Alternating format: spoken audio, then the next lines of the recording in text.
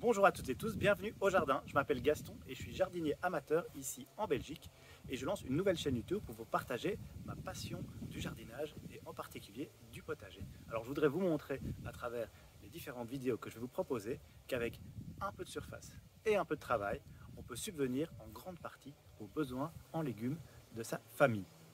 Alors c'est parti aujourd'hui pour un premier grand tour du potager. Alors, avant de passer à la visite du potager proprement dite, je voudrais vous toucher quelques mots de mon contexte. Donc, je me situe en Belgique, quelque part là au sud du Cience-en-Brémeuse, près de Namur, et j'habite sur un terrain d'environ 4000 m², dans lequel je consacre un peu plus de 400 m² à la culture du potager. Donc ici, vous voyez les trois zones potagères que je vous présenterai dans la visite tout à l'heure. J'ai une grande zone d'un peu plus de 300 m² et deux petites zones d'un peu plus de 50 m². Alors qu'on voit que sur ces 400 m² de culture, si on décompte les espaces de circulation, les allées et les zones non cultivées, on arrive à une surface d'un peu plus de 300 m² de planches de culture, qui sont représentées ici en couleur sur le plan. Parmi ces planches de culture, environ 2 tiers sont consacrés à la culture à proprement parler des légumes, et j'ai toujours un tiers de ces planches qui est cultivée soit en engrais vert, soit laissée au repos avec du paillage. Alors, si je zoome encore un peu plus, on peut voir que sur chaque zone, les légumes qui y sont cultivés apparaissent. Pour ce faire, je me sers d'un logiciel qui s'appelle Potager Coach et qui est proposé par Antoine le potagiste, dont je vous mettrai le lien en description. Et donc, je vais vous faire une toute petite démo du logiciel en question. Et je ne manquerai pas de vous en parler plus en avant dans prochaine vidéo, car c'est vraiment quelque chose qui me permet de gérer de façon très efficace le planning du potager. Donc ici, on voit que j'ai redessiné l'ensemble des zones de potager dans le logiciel. Sur chaque zone, j'ai indiqué les légumes que je cultivais.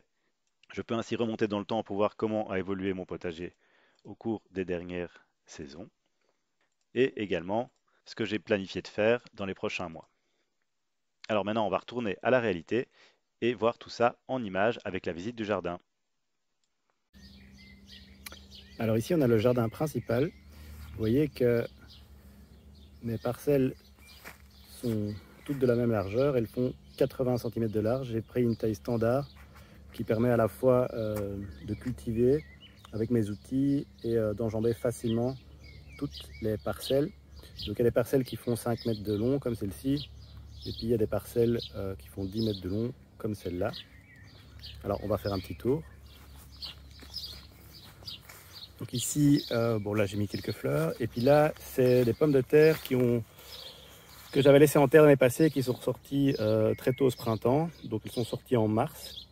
Et comme on n'a pas eu de grosses gelées, elles ont tenu le coup. J'avais mis un voile quand même au mois d'avril quand il y a eu quelques gelées. Et là on voit qu'elles sont déjà pas mal en fin de cycle en fait. Donc je vous mettrai en incrustation. J'irai voir dans un ou deux jours ce que ça donne. J'irai un peu creuser pour voir si le fait de laisser les pommes de terre en pleine terre, qu'elles passent l'hiver là et qu'elles ressortent l'année prochaine, ça peut donner quelque chose, parce que c'est la première fois que je tente une expérience comme ça.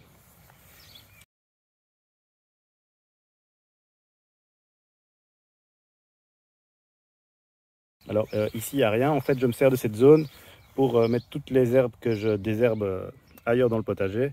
Donc en fait moi je consacre toujours une zone au compostage de surface que je n'utilise pas. Et comme ça m'évite d'aller mettre tout ça au compost plus loin. Je fais ça sur place. Et il n'y a rien qui sort du potager. Donc toute la terre qui resterait sur les racines ou quoi, ça reste dans le potager. Et donc ça, c'est quelque chose que j'aime bien. Et voilà, ça permet d'enrichir le sol au fur et à mesure de certaines zones. Alors ici, j'ai repiqué les choux de Bruxelles il y a quelques jours. Donc j'avais attendu très longtemps. Ils étaient prêts depuis assez longtemps. Mais à cause des limaces cette année, j'avais attendu. Donc voilà, j'ai mis un piquet à chaque fois parce que les choux de Bruxelles ils montent assez haut, et à un moment il va falloir les tutorer pour pas qu'ils se déracinent ou qu'ils chutent. Et donc comme ça les piquets sont déjà là. Alors là je vais encore repiquer des choses ici. Je vous montrerai, j'ai encore des fenouils à repiquer, notamment des betteraves, et puis bon, ça peut toujours servir pour d'autres plantations plus tard. Alors Là, j'avais repiqué de la coriandre, je ne sais pas si on la voit, et de l'aneth. Mais avec les limaces, le mauvais temps et tout ça au mois de mai, ben, ça a vraiment rien donné. Il y a des mauvaises herbes qui sont en train de repartir.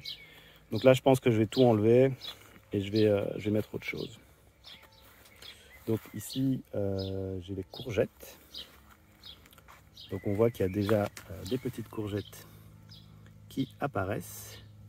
Donc je pense que les premières récoltes, c'est pour dans... Ça doit être pour dans une semaine, quelque chose comme ça. Ça grandit pas encore très vite là, cette saison. Et donc on va pouvoir manger les premières courgettes dans une semaine, je pense. Donc il y a combien de plants là? 1, 2, 3, 4, 5, 6, 7 plants si je compte bien. Ouais. Donc ça devrait être beaucoup trop pour ma famille. Hein. On est 4. Donc à un moment, je vais clairement être submergé de courgettes. Mais bon, voilà, je préfère en mettre beaucoup pour être sûr d'en avoir assez. Et puis au pire, je donnerai ou je vendrai les surplus. Voilà, donc là, j'ai mis des bêtes. Je ne suis pas un grand fan de bêtes, mais je trouve ça tellement beau. Et bon, ça sert quand même pour les soupes et tout ça en automne et en hiver. Et donc voilà, j'en mets quand même toujours chaque année. C'est très productif et au pire, j'arrache les feuilles, je me sers pour pailler sur place, ça fait une sorte d'engrais vert avec des légumes sur place. Donc là, il y a une partie de mes oignons. Donc là, je suis parti de Bulbi au mois de mars. On voit que bon, je pense que ça va être une belle récolte d'oignons cette année. Alors vous pouvez voir que le sol est déjà un peu craquelé, alors qu'il a beaucoup plu, mais justement, j'ai fort tardé à pailler parce qu'il faisait tellement humide qu'avec les limaces, je voulais pas encore trop pailler le sol parce que je me suis vraiment battu contre les limaces tout le mois de mai. Et donc, j'ai un sol assez argileux qui, dès qu'il fait sec, il a été très gorgé d'eau. Ben là, il a fait sec quelques jours. Et si j'ai pas paillé, ben ça craque direct. Mais en fait, en dessous, c'est super humide. Hein, donc, il n'y a pas de souci. Le sol, il est plein d'eau. Donc ce qu'il faudra que je fasse à un moment, c'est un peu décrouter tout ça avec un outil et puis pailler.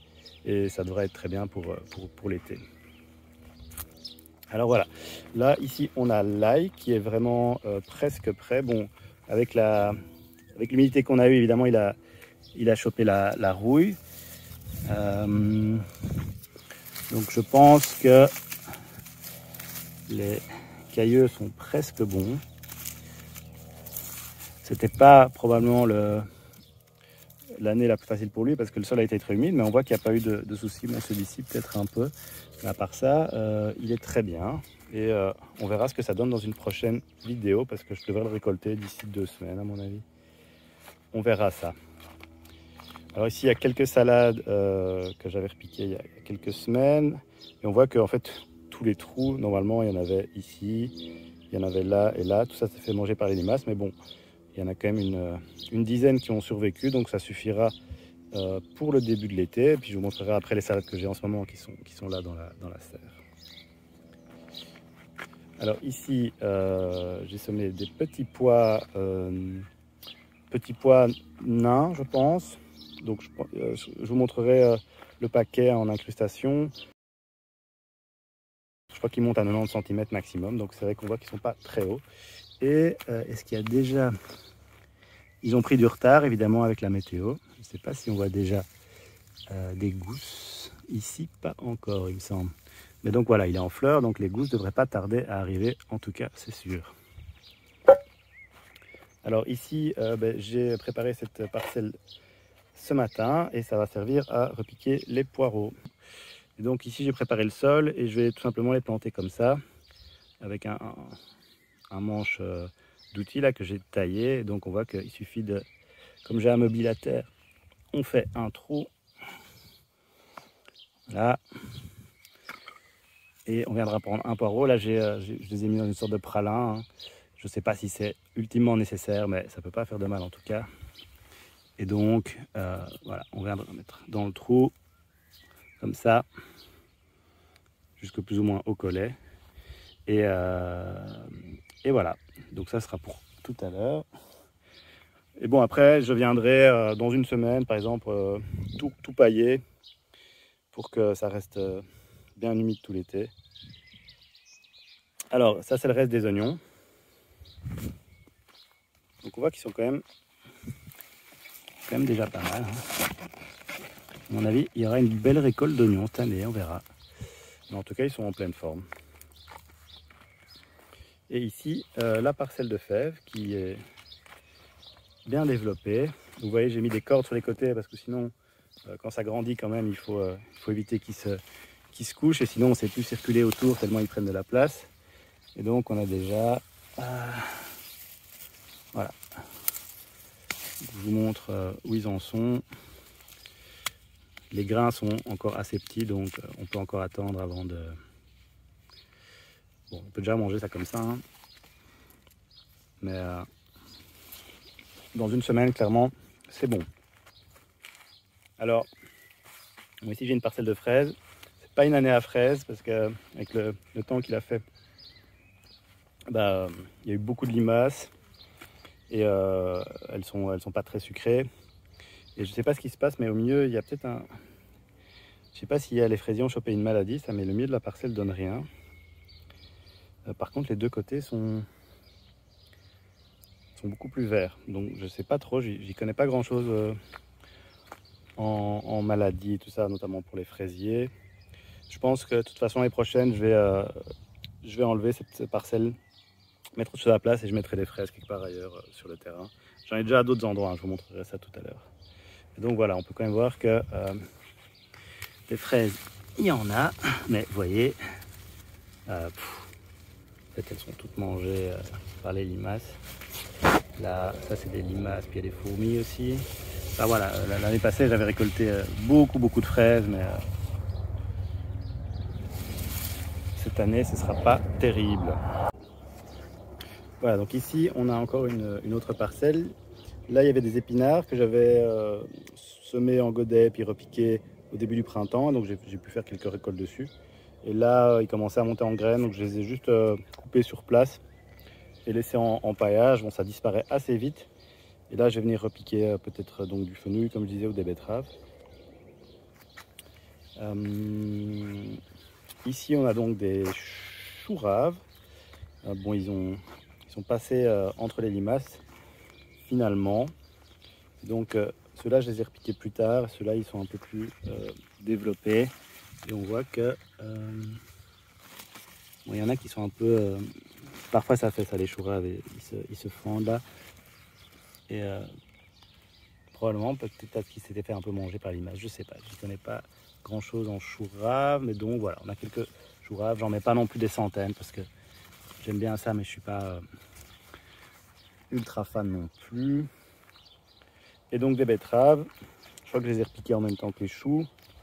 Ça a mis beaucoup de temps à partir, mais là, donc ça aussi, hein, je sème en plaques alvéolées. Je mets parfois plusieurs graines par cellule, et puis je repique. Je profite pour désherber. Et donc, je ne sais pas si vous voyez, mais donc, ils ont commencé à grossir. Donc là, peut-être aussi que dans 2-3 semaines, on pourra commencer la récolte. Les betteraves, c'est rien d'en mettre trop non plus parce que voilà, j'en mange pas non plus énormément, mais c'est quand même sympa. Alors ici, il y avait des épinards qui étaient en fin de culture aussi. J'ai tout coupé, j'ai semé un engrais vert de radis fourragé. Bon, j'ai essayé de semer de façon homogène, mais là je vois qu'il y a un trou. Bah, c'est pas très grave, hein. De toute façon ça va. Là par contre j'en ai mis beaucoup trop, je pense.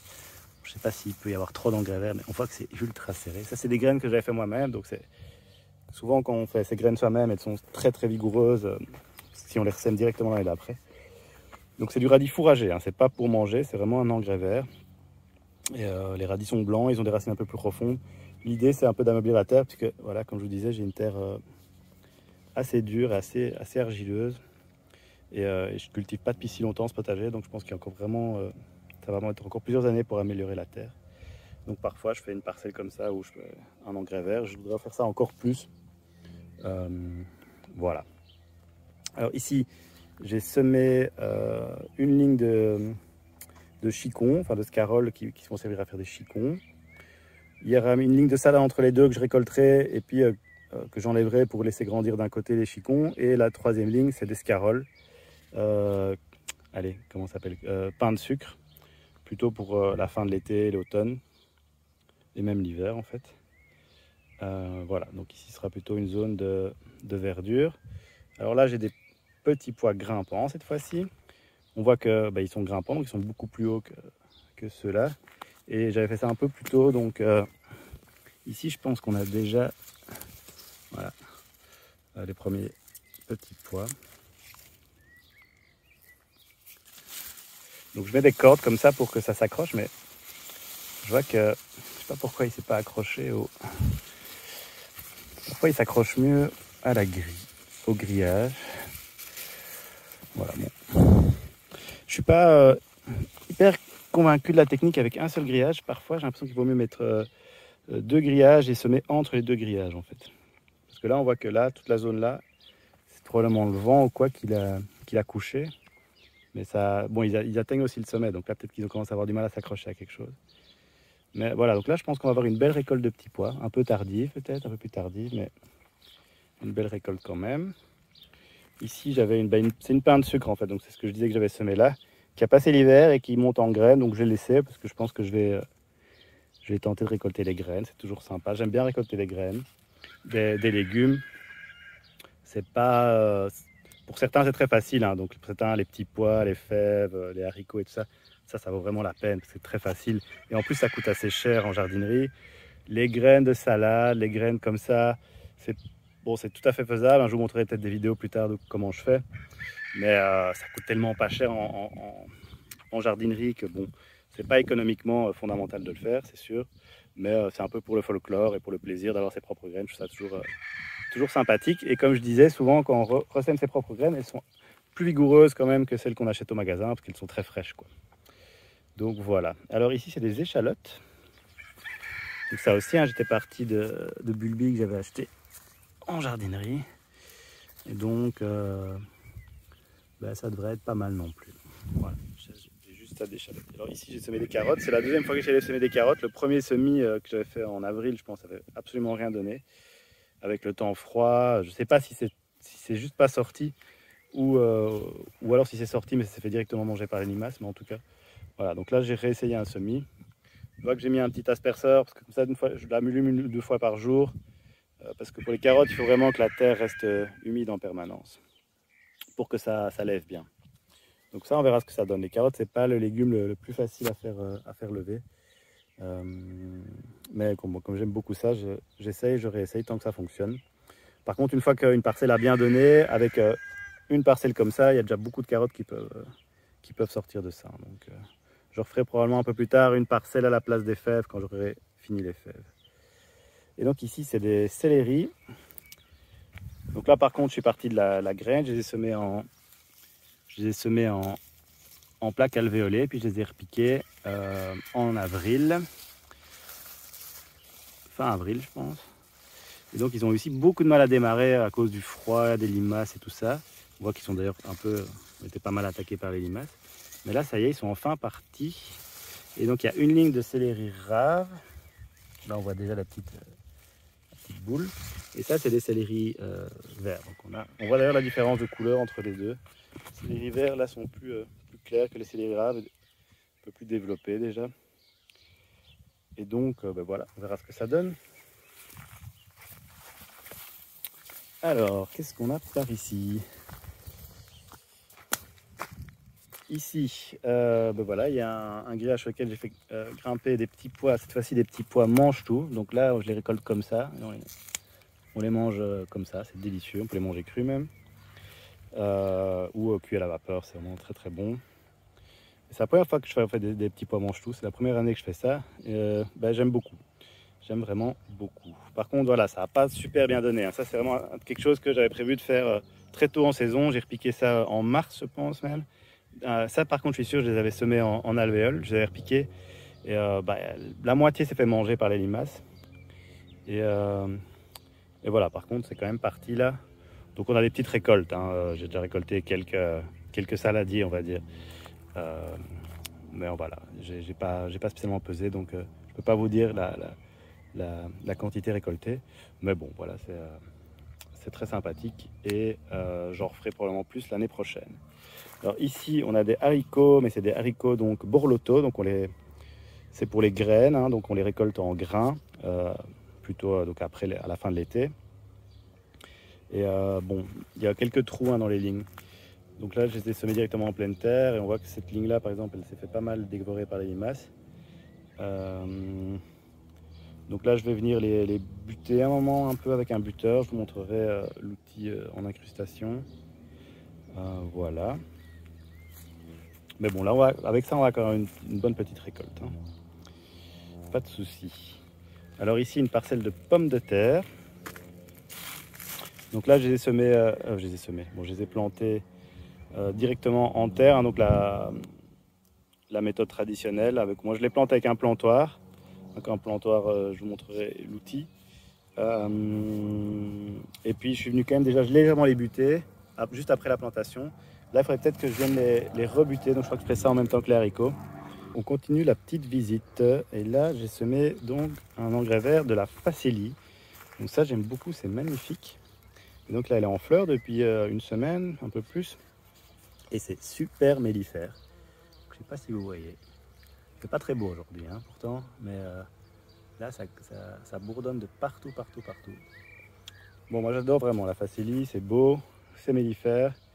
Ça pousse bien. Et donc voilà, l'idée en fait c'est d'avoir quelques parcelles que je fais en engrais vert comme je disais, pour améliorer mon sol. De toute façon j'ai beaucoup de place, hein, donc je peux me permettre de gaspiller entre guillemets quelques zones en engrais vert. Et de toute façon c'est pas du gaspillage puisque ça fait de la biomasse, ça fait de la biodiversité et ça permet donc de faire une rotation aussi, de laisser parfois quelques parcelles au repos. Parce que voilà, donc ça c'est un autre engrais vert, c'est du seigle. Donc ça date j'ai semé là en octobre passé. Donc il a passé tout l'hiver. Et donc il reste tout petit tout l'hiver. Et puis dès que c'est le printemps, ça pousse très vite. Donc là il est pratiquement déjà en... Je sais pas en fait à quel... Je sais pas quand on serait censé le récolter, si c'était pour faire du grain. D'ailleurs je sais pas encore ce que je vais faire de cette parcelle. Je sais pas si je vais peut-être récolter les épis et donner aux poules. Pourquoi pas.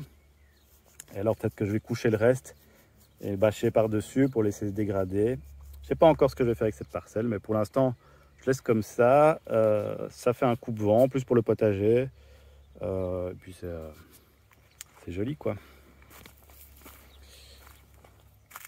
Alors ici, justement, l'année passée, j'avais aussi fait des engrais verts. Et je suis venu bâcher par-dessus tout ça. Et là, il y a quelques jours, j'ai vraiment attendu très longtemps. J'ai repiqué les courges et les concombres.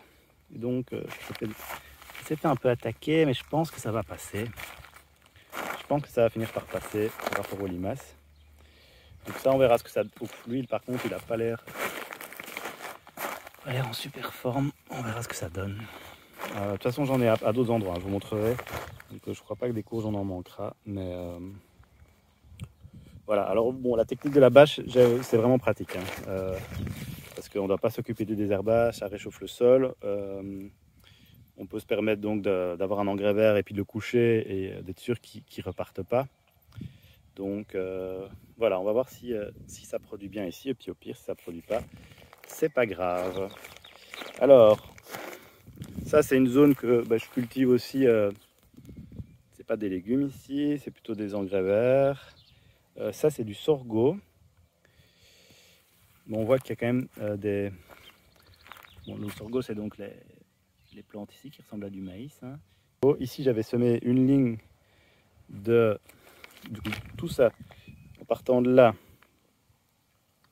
jusque là au fond. J'avais semé une ligne de tournesol, mais ça s'est fait complètement manger par les limaces. Et on voit que sur cette ligne-ci, il y en a juste 2 ou 3 qui ont survécu. C'était censé aller jusque là au bout. Par contre là, j'avais semé une deuxième ligne de tournesol et on voit que ça a un peu mieux donné, mais on voit quand même que non. Il n'y a que 2 mètres qui ont poussé sur les 10. Enfin, ça a poussé un mètre. Tout a été mangé par les limaces.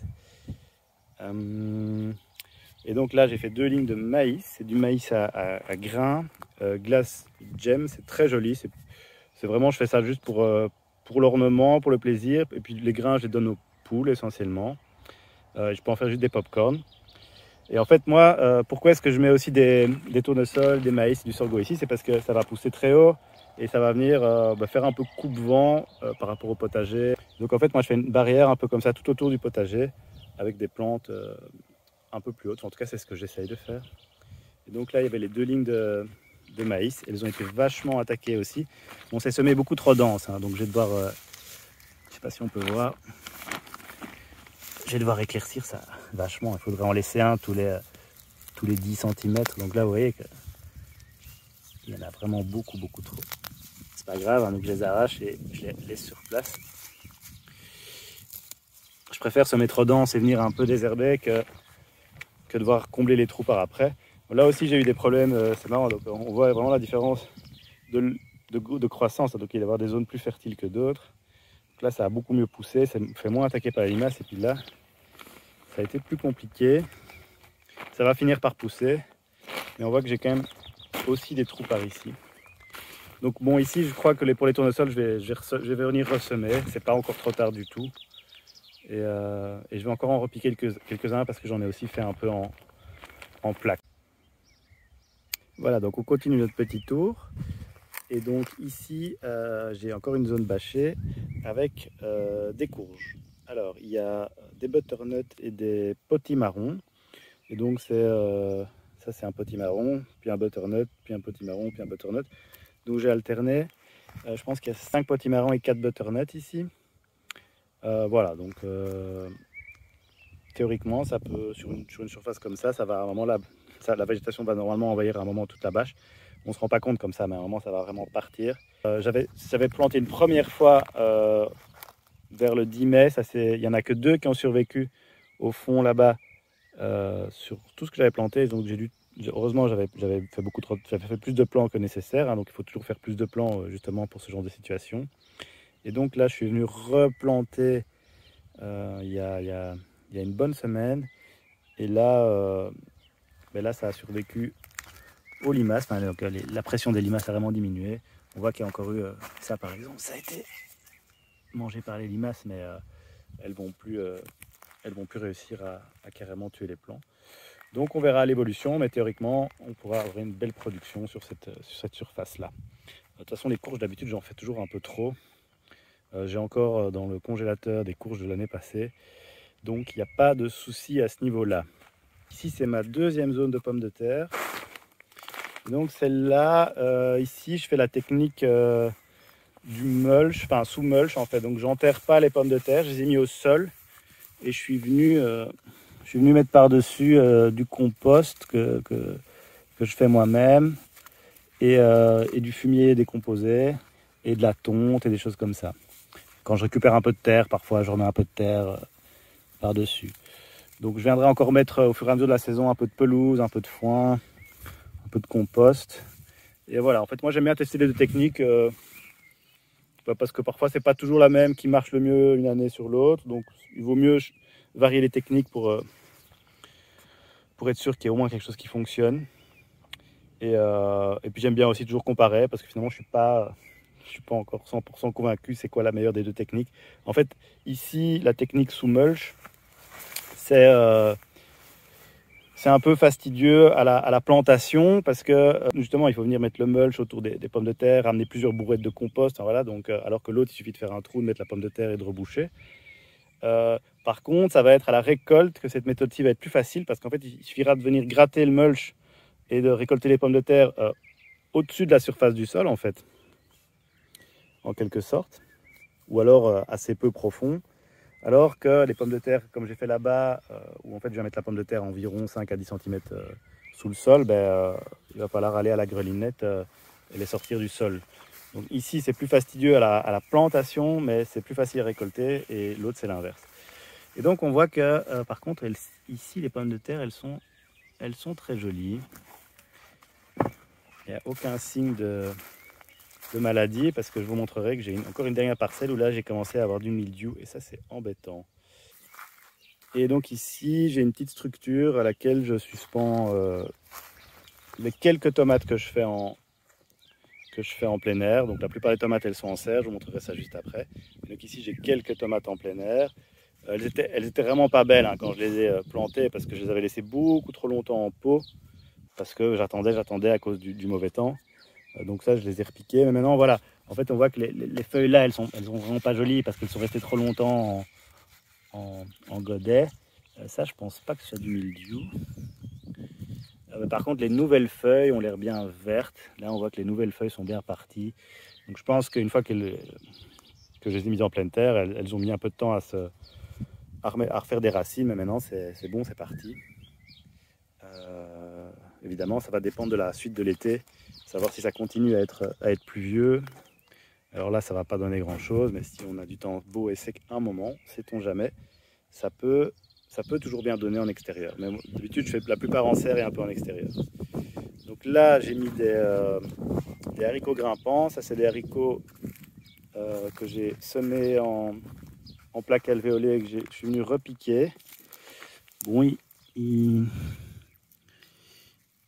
ils vont repartir. Hein. Ils vont repartir, mais donc ils se remettent un peu de la transplantation. Mais à un moment, ils vont commencer à s'enrouler autour de la structure et théoriquement, dans un mois, ils seront déjà là et dans 2 mois, ils seront là et ils vont tout couvrir. Et donc ici, j'avais semé 2 lignes de maïs. Et voilà, c'est tout ce qu'il en reste. Ça, c'est aussi les limaces. Donc là, il n'y a carrément rien qui a poussé. Là, on voit le vestige. Et je suis venu, du coup, c'est comme ça n'a pas marché. J'ai ressemé un mélange de graines à la volée. Mais du coup, j'ai semé ça juste avant qu'il arrête de pleuvoir.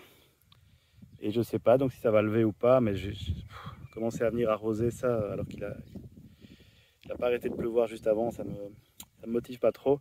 Donc voilà, je crois que je vais juste laisser ça comme ça et voir si ça pousse ou pas. Et puis si ça pousse pas, tant pis. Peut-être que je rebâcherai, je laisserai ça tranquille jusqu'à l'année prochaine. Je ne sais pas encore. Et donc voilà, là je ne vous ai pas encore montré les concombres. Les concombres ça aime bien la chaleur. Hein, et comme les températures n'augmentent toujours pas. Là aujourd'hui il doit faire quoi? Il doit faire 16-17 degrés avec un petit vent du nord et des nuages. Voilà. Mais bon, à un moment ça va partir. Hein. À un moment ça va partir. Et il y a quoi? Il y a 1, 2, 3, 4, 5, il y a 6 plants. Donc une fois que ce sera parti, on aura trop de concombres, je pense. On verra, sait-on jamais. Mais voilà, pour l'instant, on attend et ça pousse très très tranquillement. Donc ici, on est dans la première serre. Donc c'est une serre dans laquelle on met beaucoup d'herbes aromatiques. Voilà, il y a de la verveine, de la sauge, de la lavande. Mais j'ai quand même mis des tomates aussi dedans. Donc ici, j'avais mis des salades et de la roquette. Et donc ici, j'ai des tomates et des plantes qui aiment la chaleur, hein, parce que c'est la serre la mieux exposée ici. Donc vous voyez qu'il y a une aubergine, il y a 2 plants de poivrons qui sont déjà un peu envahis par les tomates. Et ici, les tomates, c'est les tomates que j'avais repiquées en premier, donc elles sont déjà vachement développées au niveau du feuillage, tout ça. Il y a beaucoup de feuillage, hein, donc ici j'avais mis du fumier et tout ça, donc c'est vachement riche. Et donc c'est vraiment très vert, c'est très bien parti. C'est presque trop bien parti parce que c'est vachement dense et j'ai pas encore vraiment taillé tous les gourmands, donc ça a déjà fait plein de tiges. Donc à un moment je vais devoir probablement reprendre ça en main, laisser quand même plusieurs grosses branches qui sont parties, mais retailler tous les petits gourmands. Et parce que sinon ça va devenir trop dense. Hein. Donc là je vais devoir déjà tirer beaucoup de ficelles pour tenir toutes les branches. Je ne sais pas si vous voyez un peu, mais il y a déjà, ça c'est un plan et toutes les branches latérales qui sont parties. J'espère que c'est pas trop dense et que ça va pas choper le mildiou un moment. Donc c'est un test, hein, de peut-être moins tailler. D'habitude je taille quand même pas mal, mais ici comme j'ai laissé un peu partir comme ça, et je me suis laissé un peu déborder, je vais peut-être tenter de laisser pas mal de tiges par plan et voir ce que ça donne. Voilà, donc ici c'est le petit potager, ce que j'appelle le petit potager, c'est le potager qu'il y avait quand on est arrivé, quand on s'est installé ici. Et donc ici il y a 2 parcelles et j'ai semé aussi un angevert, ça c'est du lin. Et on voit que c'est magnifique, il est en fleurs. C'est vraiment très très joli. C'est pas très mellifère par contre j'ai l'impression. Mais là on voit quand même des petites bébêtes, je sais pas ce qu'elle fait. Voilà, il y a quand même des bébêtes. Et puis de toute façon c'est bon pour le sol, c'est joli. À un moment ce que je vais faire c'est que je vais juste coucher tout ça au sol avant que ça monte en graines je pense et venir soit te bâcher, soit te remettre du compost par dessus et replanter ou ressemer directement quelque chose dedans. Je ne sais pas encore quoi, on verra quels sont les besoins un peu plus tard en saison. Et donc ici il y a la serre avec... c'est là qu'il y a la plupart des tomates. On va rentrer. On voit qu'au milieu il y a toutes les tomates et sur les côtés plus de la verdure. Donc il y a des salades. Ça c'est toutes les salades que j'ai semées au printemps. Elles sont vraiment bien parties. Et ça c'est du cerfeuil. Voilà, donc moi les salades, je les coupe feuille par feuille. Ce que je fais c'est que je prends les feuilles et je les enlève comme ça. Voilà. Ça c'est la variété Reine de Mai, qui est une belle variété. Ici c'est de la feuille de chêne. C'est quoi ça? C'est de la rouge grenobloise. Là je crois que c'est Red Salad Bowl. Voilà, donc moi j'enlève vraiment les feuilles par feuille comme ça. Et parce que bon, si on coupe tout, ça peut repousser hein, si on coupe tout, mais au moins comme ça on a des salades pour une grande période. Et voilà, moi j'aime bien mettre plein de petites herbes aussi avec. Donc, je vais vous montrer les autres herbes que j'ai. Ici c'est de la coriandre qui commence déjà à monter à graines. Donc la coriandre il faut en ressemer tout le temps. Hein. Ça c'est mon premier semis, je vais en refaire un. J'ai pris un peu de retard mais je dois absolument en refaire un très vite. Tout ça c'est du basilic. Alors le basilic là je l'ai pas semé, il se ressème d'année en année. Il y a une partie qui monte en graines, qui se ressème. Voilà, donc ici il y a autant de persil qu'on veut. Là il y a du plat mais il y a aussi du frisé, mais il a été un peu étouffé par le plat, j'ai l'impression. Voilà. Donc voilà, ici il y a toutes les tomates. Donc vous voyez qu'ici j'ai par contre j'ai plus taillé, hein. J'ai un peu plus maîtrisé la pousse. D'habitude ce que je fais sur ces plants là c'est que je laisse 2 tiges principales. Et je taille tous les autres gourmands. Parce que donc comme j'en ai quand même mis une tomate toutes les 50 cm, bah si je laisse trop pousser, c'est trop dense. Donc là j'ai commencé à tutorer les premières tomates. Ça sert à rien de les tutorer au tout début hein, quand elles sont petites. Donc moi je viens faire ça par après, j'attache la ficelle à la tige et puis je l'enroule et je l'attache ici en haut au fil. Je vous montrerai peut-être dans une autre vidéo comment je procède. On voit qu'entre les tomates, il y a de l'ail aussi. Ça, c'est de l'ail que j'ai planté donc, dans la serre en octobre-novembre. Et donc, c'est pratique parce que il pousse là l'hiver, puis je peux repiquer les tomates autour, et puis à un moment, je viens enlever l'ail pendant que les tomates sont déjà en train de pousser. Là, on voit d'ailleurs que je vais le cueillir. Hein. Il est prêt. La plupart des tiges se sont couchées d'ailleurs, toutes seules.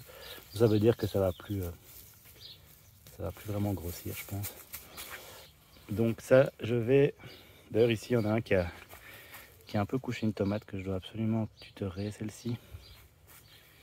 Là, il faut que je vais faire ça aujourd'hui, je pense.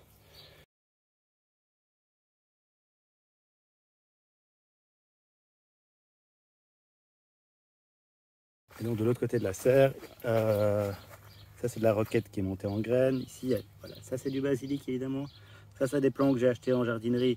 J'ai repiqué il y a quelques jours parce qu'en fait les plants que j'avais fait moi-même, ils ont eu beaucoup de mal avec le froid et tout ça, les limaces à partir. Donc ici encore des salades, encore du cerfeuil.